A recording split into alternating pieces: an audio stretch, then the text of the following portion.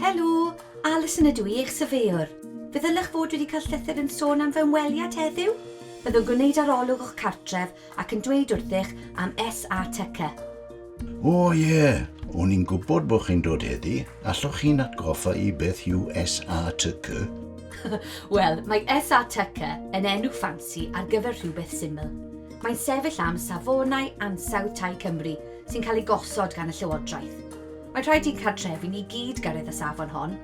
Ei phwrpas yw sicrhau bod gan bawb gartref diogel, cyfforddus ac iach sy'n fforddiadwy ac yn hawdd i gadw'n gynnes. Mae hynny'n golygu bod angen diweddaru llawer o gartrefi yng Nghymru. Swnio'n dda. Beth sy'n cael ei wneud i'n hi? Fe fydd yn wahanol i bawb ac yn dibynnu ar oedran a pa fath o gartref sy'n gennych.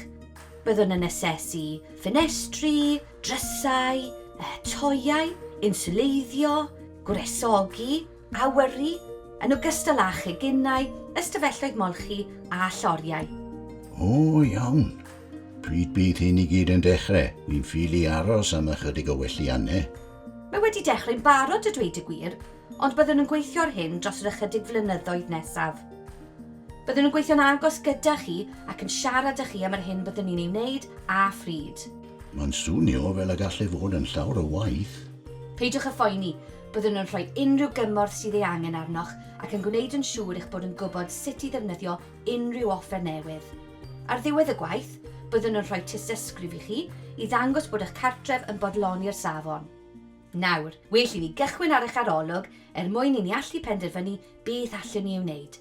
Dylai gymryd tua awr. Dewch mewn. Wna i baned i chi. Os hoffech gael rhagor o wybodaeth am safonau ansawdd tai Cymru, cysylltwch â'ch landlord. Maen nhw wastad yna i helpu.